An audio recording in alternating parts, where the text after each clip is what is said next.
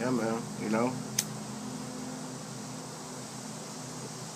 Y'all take that shit up with God, man.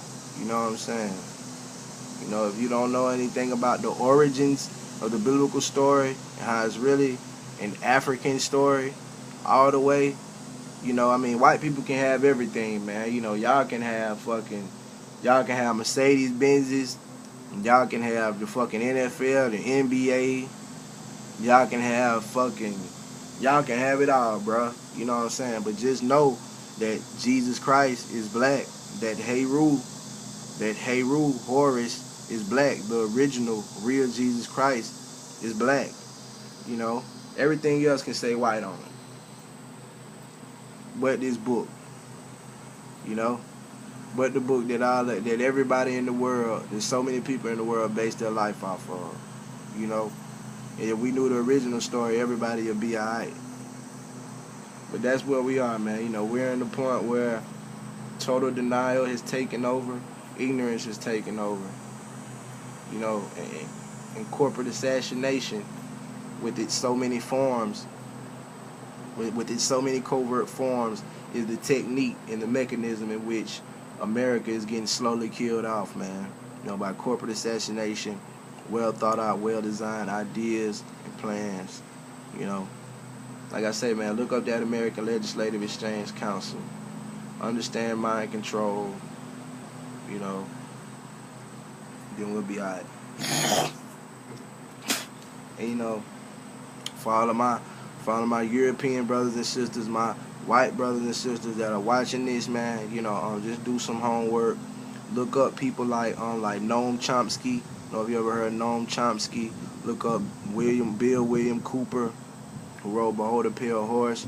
Check out Charlotte Iserbyt, who's awesome. Check out Tim Wise, who's awesome. Check out Michael Tsarion, who's awesome. Check out Jordan Maxwell, who's the man. These are white people that I learned so much from, man. White people that are fighting right here in America for us right now. And that's how racism is on a whole nother level, and it's been taken to the media place. It's not even happening between the common man like you and I. Racism is a fixed perception that's happening by the media. And by those names that I just mentioned, now you know. Because you've never seen those names in no news. You've never seen those names nowhere being glorified or praised by America. And these are people that are right here fighting for us, man. You know what I'm saying? Those names that I just mentioned. So that's how racism is working. Even the white people right here that are fighting for us, we don't even know their names, man. For the most part, if we're not digging and doing research. So these are the things that I just be liking to bring to y'all attention, and shit like that. Most definitely. So corporate assassination, man. That's what it is. It's your boy Prophet Williams. God bless. God bless to all the gods and goddesses out there. Y'all be safe. Keep that eye open. Keep that eye open. And holla at me, man. Like I said, leave your comments, share, add-ons, whatever you got to say, anything you like me to touch on or talk about. These are very important things. Like I say, black women, understand that, this whole subject of corporate assassination is totally, you are totally a subject, you are totally a factor, and you must know your role and your position to your counterpart, to your black man, and how we have been totally damaged. Our image has been sacrificed and slandered on all kinds of levels. You know what I'm saying?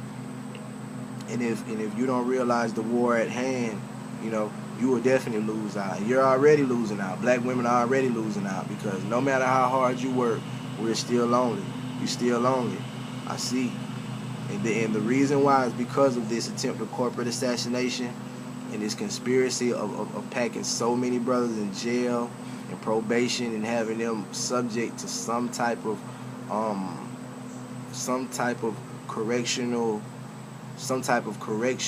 facility or institution, whether it be parole, probation, or straight up in jail. Many of the black men that are on parole, probation, and jail are there for nonviolent crimes. You know, and y'all can thank your man Bill Clinton for that shit. You know, everybody loves Bill Clinton, but fuck Bill Clinton. Fuck all Democrats. Fuck all presidents. Fuck the goddamn government. Period. Especially politicians. You know, but Bill Clinton really wasn't shit. Bill Clinton was the first one to implement 3 strikes and you're outlaw. Bill Clinton's biggest contributors were a Texas private prison firm.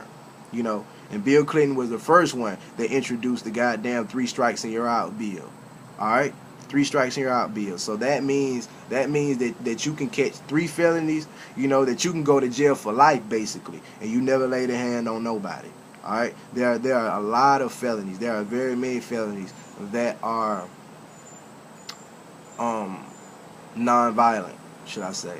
They're non-violent offenses, and you have hundreds of thousands of young men being heckled and enslaved based upon non-violent issues, okay, and ultimately being criminalized because they're being deemed as drug dealers. But let me ask you this before we go: how? Just like I asked about white people with their guns, and how do we get food into calling our kids the thugs when white people inherit guns? You know, 30 inherit guns from their dead people. You know, from their dead parents and grandparents. How do we get food into calling our kids the thugs? And I must ask the same question in: how do we get food?